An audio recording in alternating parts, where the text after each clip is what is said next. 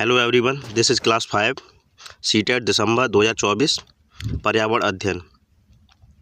पेड़ पौधे और पशु पक्षी के हैं साथ। अध्याय 4 में हमने बहुत से पेड़ पौधों को देखा। क्या आपने कभी इस बात पर ध्यान दिया कि जहाँ जहाँ पेड़ पौधे हैं वहाँ वहाँ पशु पक्षी भी होते हैं?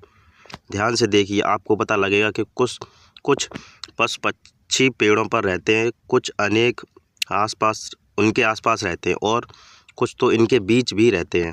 देखो, है ना, नदी है, बीच में ये पेड़ पे बंदर है, शेर है, चीता है, चिड़िया है, हिरन है, मेंढक है। यहाँ कुछ चित्र दिए गए हैं जिनमें आप देखेंगे कि पशु पक्षी और पेड़ पौधे साथ दिख रहे हैं। आप इन चित्रों में किन किन पशु पक्षियों को पहचान पा रहे हैं? आपने इनमें से किन्हें पहले देखा है? इनमें से कौन से जीव धरती के नीचे रहते हैं? है ना, घास चरता हुआ हाथी, यों का झुंड, पत्ते पर आराम करता पतंग, पत्ती खाती हुई इल्ली, सूखी पत्तियों और मिट्टी में रेंगता हुआ केंचुआ। ये केंचुआ क्या वही होता है, गैंसा, है ना, अपने यहाँ बोलते हैं। पेड़ पर गाना गाती हुई दर्जन चिड़िया, पेड़ के तने पर बैठा कठफोड़वा, पत्तियों से घर बनाती हुई चींटियाँ, पत्ती पर रंगीन कीड़ा, है ना। कठफोड़ा होता है जो पेड़ होती है ना, पेड़ में घोंसला बनाता है, ये अपनी चोंच से उसमें इतना बड़ा छेद करता है, उसी में रहता है ना। और दर्जन चिड़िया, ये छोटे छोटे पत्तियों की उससे या लकड़ियाँ जो घास होती है ना, उससे अपनी दर्जी की तरह घोंसला बनाती है बहुत अच्छी तरीके से।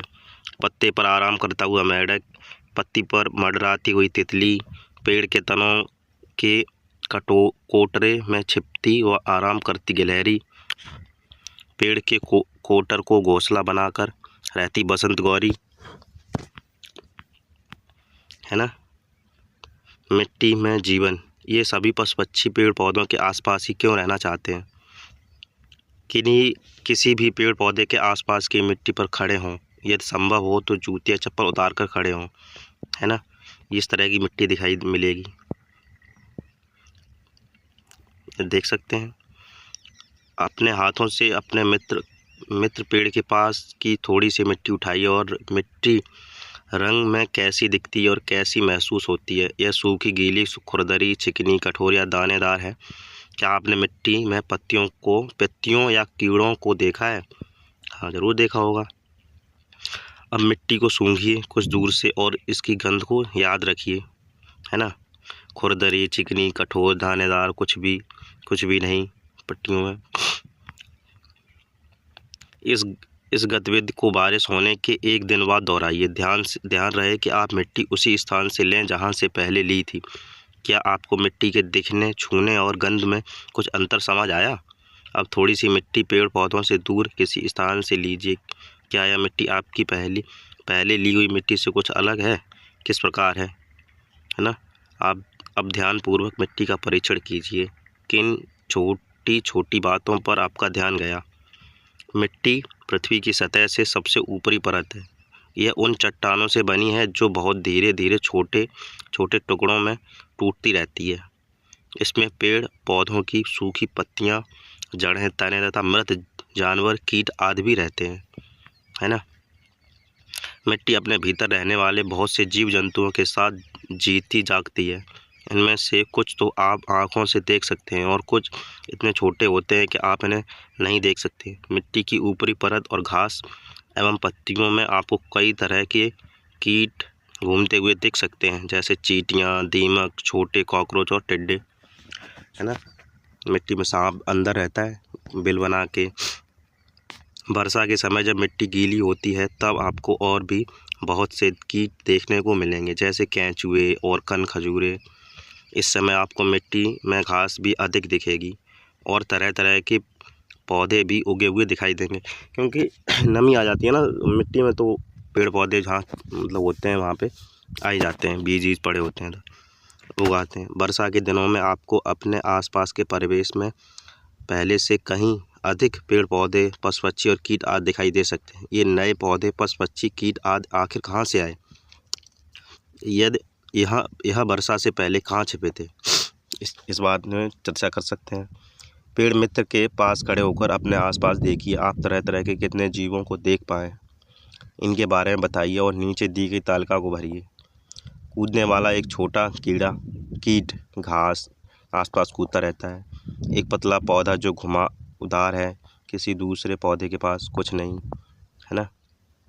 एक काली चिड़िया घूमती रहती है हमारे यहाँ। सड़े फल पर लाल कीड़े, ना। उड़ने वाले नीले कीट, पत्तों पर चींटियाँ, लेंटाना फूल पर रंग बिरंगी तितली, चट्टान पर छिपकली। शिक्षक संकेत। कुछ कीट मिट्टी से ऊपर आने के लिए बरसात की प्रतीक्षा करते हैं। लंबे समय से मिट्टी में पेड़ पौधों के बीज बरसात आने या पानी देने पर अंकुरित हो जाते हैं। बच्चों के साथ इस बात पर बातचीत करें। पशु पक्षी और कीट अपने भोजन, आवास और आराम के लिए पेड़ पौधों के अलग अलग भागों का उपयोग में लाते हैं। ऊँट और बकरियां पौधों के पत्ते खाती हैं। कुछ जो है शाकाहारी होते हैं, वो पत्ते खाते हैं, पेड़ पौधों को खाते हैं जानवर, है ना। उल्लू और कुछ अन्य पक्षी अपने बच्चों के पालन पोषण के लिए पेड़ों को कोटर का उपयोग करते हैं। मतलब उसमें पेड़ का होता है ना, टूटा हुआ जहाँ जगह होती है, घोंसला होता है, उसको बनाते हैं अपना घोंसला। गिलहरियाँ और कोए पेड़ पौधों के तिनकों से अपना घर बनाते हैं और इनमें अपने बच्चों का पालन पोषण करते हैं। बंदर पेड़ पौधों के फलों को खाना पसंद करते हैं। सनबर्ड और तितलियाँ फूलों का रस चूसती हैं। सनबर्ड ये जो है गेंदा का फूल, सरसों का फूल, बहुत सारे फूल होते हैं, इनके रस चूसती रहती हैं मधुमक्खी। और ये तितलियाँ भी।